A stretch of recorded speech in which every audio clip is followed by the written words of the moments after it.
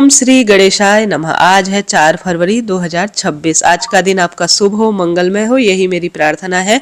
आइए श्रवण करते हैं आज सुनी जाने वाली सभी कथाएं। सबसे पहले आज का शुभ और अशुभ समय जान लेते हैं। आप फागुन महीने के कृष्ण पक्ष की तृतीया तिथि रहेगी 12:09 के आसपास। उसके उपरांत चतुर्थी तिथि लग जाएगी। कल किया जाएगा चतुर्थी का व्रत। प्रिय श्रोताजनों, आज पूर्वा फाल्गुनी नक्षत्र है जो कि 10:12 के आसपास रहेगा। उसके उपरांत उत्तरा फाल्गुनी नक्षत्र रहेगा। सुकर्मा योग का आज निर्माण हो रहा है। राहु काल का शुभ समय 12:40 से 2:03 के आसपास हो रहा है। राहु काल में किसी नए और शुभ काम की शुरुआत आप ना करें। आज आप सब जानते होंगे अभिजीत मुहूर्त बुधवार के दिन नहीं होता है। आज का जो शुभ चौघड़िया है जिसमें आप किसी नए कार्य की शुरुआत करते हैं तो बहुत लाभ होता है। तो शुभ लाभ का चौघड़िया सुबह 7:09 से 8:32 के आसपास हो रहा है। इसके साथ ही अमृत काल अर्थात हर कार्य की सिद्धि का समय सुबह 8:32 से 9:55 के आसपास हो रहा है। मैं रोज इसी समय आज का पंचांग आपको सुनाती हूँ। आइए श्रवण करते हैं सीता माता के नित्यनेम की कथा और गणपति गजानन की कथा। साथ ही हम सभी इन दिनों फागुन महीने का महत्व भी सुन रहे हैं। तो फागुन महीने के महत्व में हम शिव महापुराण के तीसरे अध्याय को हम इस वीडियो में श्रवण करेंगे, जो कि आपके ज्ञान में वृद्धि करेगा और महादेव की कृपा से फाल्गुन महीने में शिव महापुराण कथा सुनने से सब कामना स्वतः ही सिद्ध हो जाती है। आरंभ करते हैं। सबसे पहले सिद्धि विनायक गणेश जी बुधवार की कथा। कथा अनुसार एक समय की बात है, एक भाई बहन रहते थे। बहन का नियम था कि वह अपने भाई का चेहरा देखकर ही खाना खाती थी। हर रोज वह सुबह उठती थी और जल्दी जल्दी सारा काम करके अपने भाई का मुख देखने के लिए उसके घर जाती थी। एक दिन रास्ते में एक पीपल पेड़ के नीचे गणेश जी की मूर्ति रखी थी। उसने भगवान जी के आगे हाथ जोड़कर कहा कि हे सिद्धि विनायक गणेश जी, जैसा मेरा अमर सुहाग है और जैसा मेरा अमर पीहर है सबको दीजिए। यह कहकर वह आगे निकल जाती है। जंगल की कटी झाड़ियों के कांटे उसके पैर में चुभ जाया करते थे। एक दिन भाभी के घर पहुंची और भाई का मुख देखकर बैठ गई। तो भाभी ने पूछा पैरों में क्या हो गया है। यह सुनकर उसने भाभी को जवाब दिया कि रास्ते में जंगल की झाड़ियों के गिरे हुए कांटे पैर में चुभ जाते हैं। जब वह वापस अपने घर जाए तब भाभी ने अपने पति से कहा कि रास्ते को साफ करवा दो, आपकी बहन के पाँव में बहुत कांटे चुभ जाते हैं। भाई ने तब कुल्हाड़ी लेकर सारी झाड़ियों को काटकर रास्ता साफ कर दिया, जिससे कि गणेश जी का स्थान भी उस स्थान से हट गया। यह देखकर भगवान गुस्सा हो गए और भाई के प्राण हर लिए। लोग अंतिम संस्कार के लिए ले जाने लगे। जब भाई को ले जा रहे थे तब उसकी भाभी रोते हुए लोगों से कही थोड़ी देर रुक जाओ, उनकी बहन आने वाली है, वह अपने भाई का मुख देखे बिना नहीं रख सकती, उसका नियम है। तब लोगों ने कहा आज तो देख लेगी, कल क्या देखेगी। रोज दिन की तरह बहन अपने भाई का मुख देखने के लिए जंगल से निकली। तब जंगल में उसने देखा सारा रास्ता अब साफ पड़ा हुआ है। जब वहां आगे बढ़ी तो उसने देखा सिद्धि विनायक गणेश जी भी अपने स्थान से हटे हुए हैं। तब उसने सबसे पहले गणेश जी को एक अच्छे स्थान पर विराजित किया, उन्हें स्थान दिया और हाथ जोड़कर बोले भगवान मेरे जैसा अमर सुहाग और मेरे जैसा अमर पीहर सबको देना।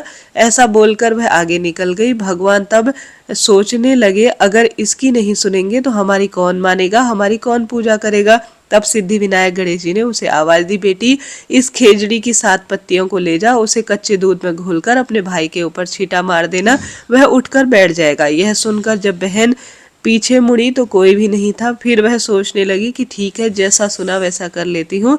फिर वह खेजड़ी की पत्ती लेकर अपने भाई के घर पहुंची। उसने देखा वहां कई लोग बैठे हैं, भाभी रो रही है और भाई की लाश रखी है।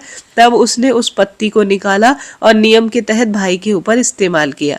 तब भाई उठकर बैठ गया और बोला बहन आज तो खूब गहरी नींद आई है। तब बहन बोली ऐसी नींद तो किसी दुश्मन को भी ना आए, और उसने सारी बात अपने भाई को बता दी। तभी से मान्यता है बुधवार हो या हर एक दिन गणेश जी महाराज की इस कथा को सुनने से, उनकी नियमित रूप से पूजा करने से सिद्धि विनायक गणेश जी जीवन में रिद्धि सिद्धि लाते हैं। पीहर अमर पीहर देते हैं और अमर ससुराल का वरदान देते हैं और पुत्र पौत्र का वरदान देते हैं। बोलिए गणेश जी महाराज की जय, श्री रामचंद्र भगवान की जय, माता सीता की जय। हम सभी नियमित रूप से सीता माता और रामचंद्र जी के नित्यनेम की भी कथा सुन रहे हैं। आइए उस कथा का भी रसवादन कर लेते हैं। सीता माता और श्री रामचंद्र जी के नित्यनेम की कथा अनुसार इस कहानी को माता सीता कहती थी और भगवान श्री रामचंद्र जी सुना करते थे। एक दिन श्री राम भगवान को किसी काम के लिए बाहर जाना पड़ा तो सीता माता कहने लगी कि भगवान, मेरा तो 12 वर्ष का नित्यनेम है, अर्थात नित्य नियम है, अब आप बाहर जाएंगे तो मैं अपनी कहानी किसे सुनाऊंगी। श्री रामचंद्र जी ने कहा, तुम कुएं के पाल पर बैठ जाना और वहां जो भी औरतें पानी भरने आएंगी ना, उन्हें अपनी कहानी सुना देना। सीता माता कुएं के पाल के पास जाकर बैठ गई। एक स्त्री आई, उसने रेशम की जड़ी साड़ी पहनी थी, सोने का घड़ा ले रखा था। सीता माता उसे देखकर कहती है, बहन मेरे 12 वर्ष का नित्यनेम सुन लो। पर वह स्त्री बोली कि मैं अगर तुम्हारा नित्यनेम सुनूंगी तो मुझे घर जाने में देरी हो जाएगी और सास मुझसे खूब लड़ेगी। उसने कहानी सुनी और चली, बिना कहानी सुने वह चली गई। उसकी रेशम जड़ी साड़ी फट गई, सोने का घड़ा मिट्टी में बदल गया। सास ने देखा कि पूछा, किसका दोष लेकर आई है? उन्हें कहा, कुएं पर एक औरत बैठी थी, उसने कहानी सुनने के लिए कहा, लेकिन मैंने नहीं सुनी, जिसका ही यह फल मिला है। बहू की बात सुनकर अगले दिन वही साड़ी और वही घड़ा लेकर सास कुएं के पास गई। सास को वहीं सीता माता बैठी मिली, जो कि भगवान रामचंद्र जी की कथा सबको सुना रही थी। तो सीता माता ने कहा, बहन मेरी कहानी सुन लो। सास बोली, एक बार छोड़ो, मैं तो 4-4 बार तुम्हारी कहानी सुन लूंगी। राम आए लक्ष्मण आए, देश के पुजारी आए, नित्यनेम का नेम लाए, आओ राम बैठो राम, तपी रसोई जीमो राम, माखन मिश्री खाओ राम, दूध बताशा पियो राम, सूत के पल का मोठो राम, शाल दुशाला पोठो राम, शाल दुशाला ओढ़ो राम, जब बोलूं जब राम ही राम, राम सवारे सबके काम, खाली घर भंडार भरेंगे, सबका बेड़ा पार करेंगे, जय श्री राम जय जय राम जय श्री राम। सास बोली, बहन कहानी तो बहुत अच्छी है। कहानी सुनकर सास घर चली गई। फिर उसकी साड़ी रेशम जरी बन गई, मिट्टी का घड़ा फिर सोने के घड़े में बदल गया। बहू कहने लगी, सासू माँ यह सब आपने कैसे किया? सास ने कहा, बहू तू तो दोष लगा कर लाई थी, अब मैं दोष उतार कर आई हूँ। फिर बहू ने पूछा, वह कौन थी जो स्त्री इस तरह से कहानी बता रही थी? सास बोली कि सीता माता वह स्वयं थी। वे पुराने को नया कर देती हैं, खाली घर के भंडार भर देती हैं, वह लक्ष्मी जी का घर में वास करा देती है, आदमी की जो भी इच्छा हो उसे पूरा कर देती है। बहू बोली, ऐसी कहानी तो मुझे भी सुना दो। सास बोली कि ठीक है, तुम भी सुनो। और सास ने कहानी सुना दी। राम आए लक्ष्मण आए, देश के पुजारी आए, नित्यनेम का नेम लाए, आओ राम बैठो राम, तपी रसोई जीमो राम, माखन मिश्री खाओ राम, दूध पताशा पियो राम, सूत के पल का मोठो राम, शाल दुशाला पोठो राम, शाल दुशाला ओढ़ो राम, जब बोलू जब राम ही राम, राम सवारे सबके काम, खाली घर भंडार भरेंगे, सबका बेड़ा पार करेंगे।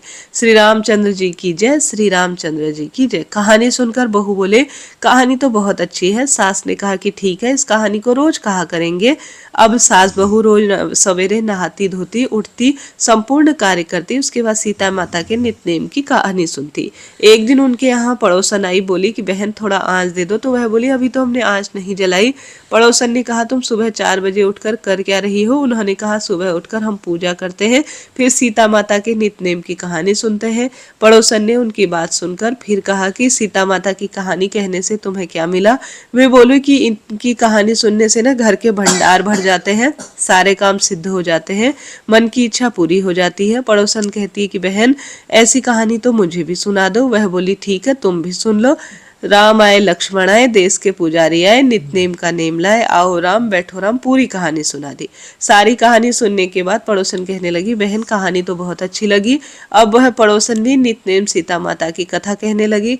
कहानी कहने से सीता माता ने पड़ोसन के भी भंडार भर दिए। अब तो मोहल्ले में सीताराम की कथा खूब चल पड़ी, हर किसी की मनोकामना खूब पूरी होने लगी। हे सीता माता, जैसे आपने उनके भंडार भरे, वैसे ही हमारे भंडार भरना। कहानी कहने वाले और सुनने वाले और इस वीडियो को शेयर करने वालों के सदा सर्वदा खुशियों के भंडार भरना। हर हर महादेव, जय शिव शंभु सीताराम भगवान की जय।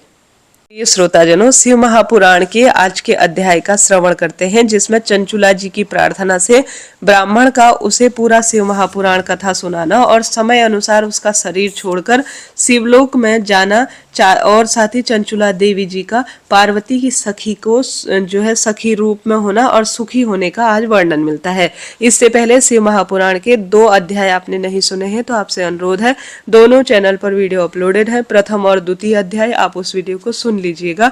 और साथ ही माघ महीने में सुनी जाने वाली 5 कहानियां भी चैनल पर प्रसारित है, उसे सुनिएगा। फागुन माफ करें, क्योंकि मुझे फागुन ही पिछले आदत है माघ कहने की, तो फागुन के महीने की बात कर रहे हैं। क्षमा प्रार्थी, गला थोड़ा खराब है, इसके लिए भी मैं माफी चाहती हूँ। आप भी अपना और अपने परिवार का ध्यान रखिएगा। आरंभ करते हैं शिव महापुराण के जो है कथा को श्रवण करना। हर हर महादेव, श्री शिवाय नमस्तुभ्यम।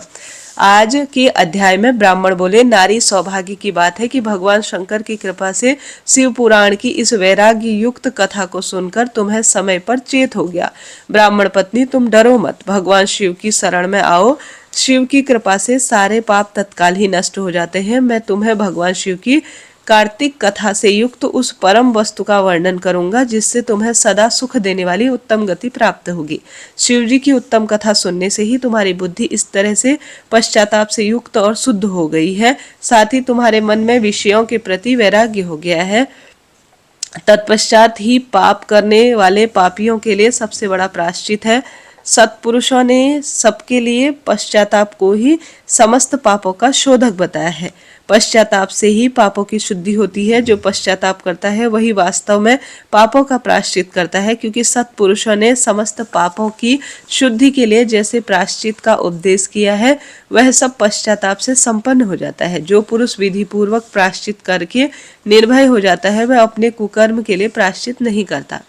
उसे प्रायः उत्तम गति नहीं प्राप्त होती, परंतु जिसे अपने कुकृत्य पर हार्दिक पश्चाताप होता है, वह अवश्य उत्तम गति का भागी होता है, इसमें संशय नहीं है।